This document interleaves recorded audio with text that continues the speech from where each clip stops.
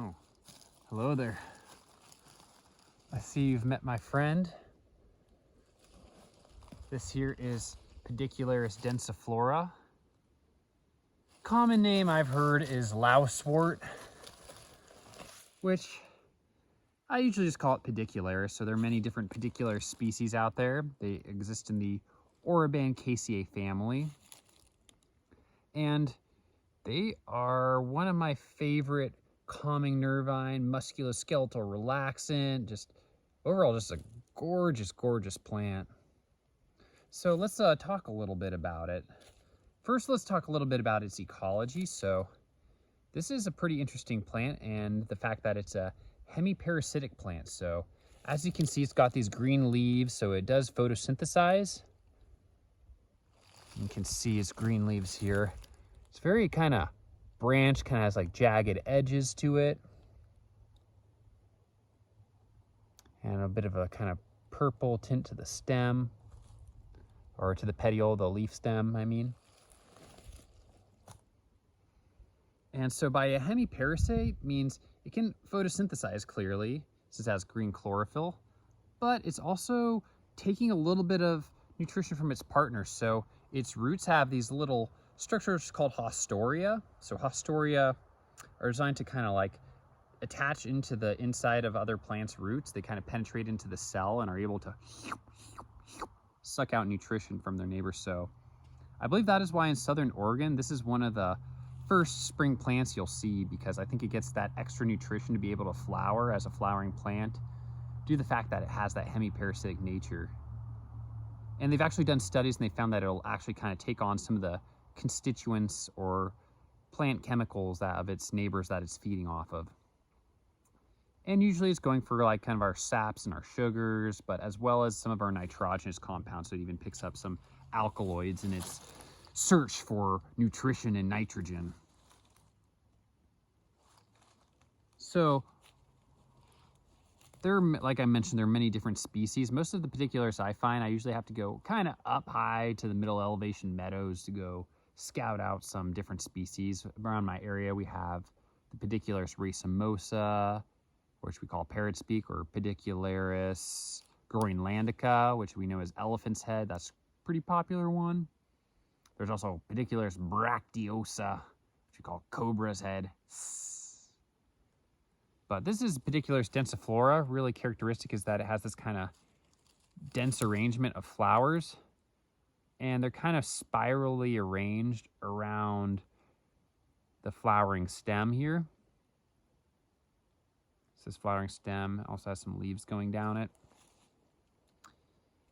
And when we taste it, so let me pick a little flower, the whole thing is useful. So you can use the leaves, the flowers, the stems. I kind of like picking the stems because they come in these little buds.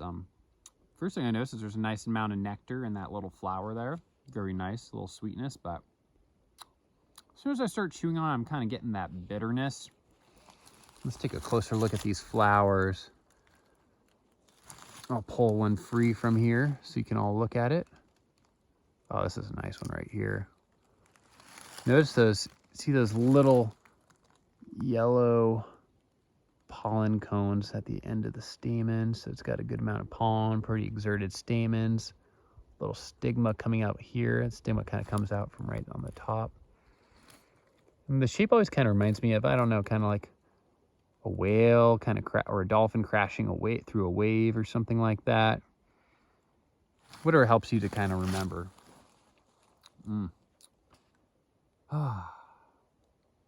Already I'm kind of starting to feel that gentle, relaxing, nervine relaxant effect. So it's kind of helping, good calming herbs. So when someone's dealing with like stress, anxiety, kind of circular thoughts that are keeping them up at night, they can't deal with that guy who cut them off today, or like your boss just giving you extra work right when you're about to get off. It's like, oh, do you mind sweeping and making some extra copies? And you're like, it's already past 5 and I believe that's closing time. And then at night you just can't sleep because you feel so dissed. Well, don't let that dissing keep you up at night. So this is a really good remedy to help you kind of relax, get over those circular thoughts, get to bed, deal with any kind of anxiety. And also Its flavor is rather bitter. And slightly acrid too, so it's got this kind of like, it's hard to describe the acrid flavor, but it's kind of like a little tingly in the back of the throat, just very mildly so though. So with our bitter herbs, we know that they're very supportive for digestion.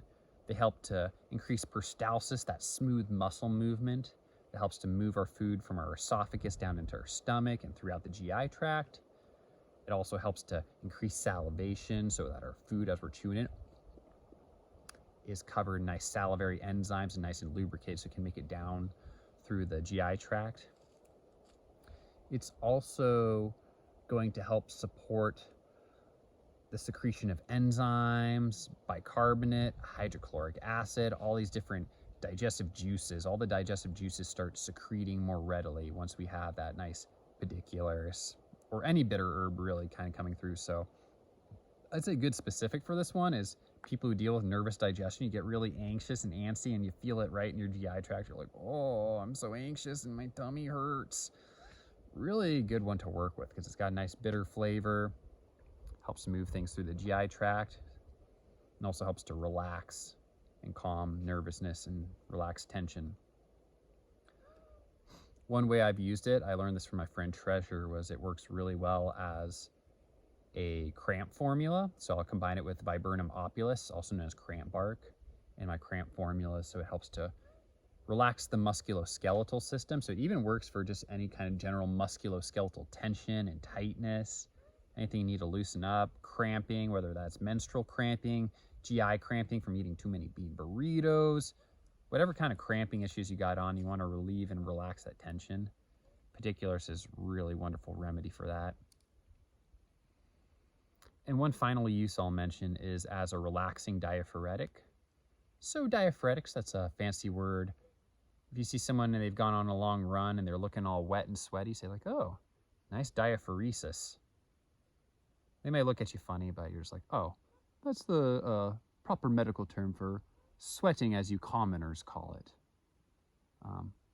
And if they don't think that's too pompous, you might lose your friends for saying that, but maybe someone who's like, wow, that's really cool. I have diaphoresis.